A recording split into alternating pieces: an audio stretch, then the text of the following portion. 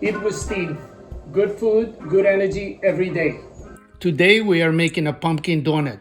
And the ingredients are pumpkin, eggs, maple syrup, avocado oil, almond flour, vegetable protein, baking soda, baking powder, and a little bit of pumpkin spice.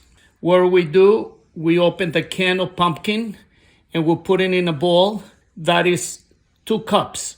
We use 4 eggs. Maple syrup, 1/4 of maple syrup.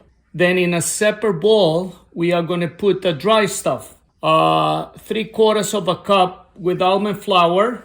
We're going to put 1 cup of vegetable protein. We're going to put 1/4 of a teaspoon of baking soda. The pumpkin spice, we're just going to sprinkle it. That can be like about a 1/2 teaspoon. Then what we do, we mix the wet stuff. It's a really good donut. What I like about this donut, does not have regular flour. It does not have butter. And the donuts are baked. And we're going to add the dry stuff together. So you put the wet stuff with the dry stuff together. You get a nice blend.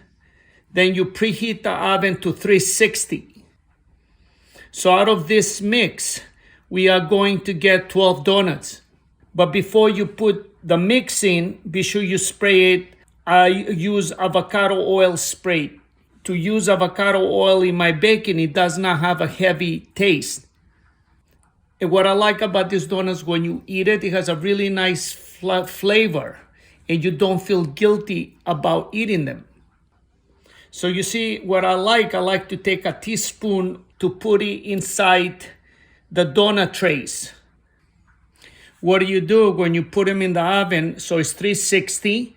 You cook them for 14 minutes and you take a knife and you go through. The knife is clean.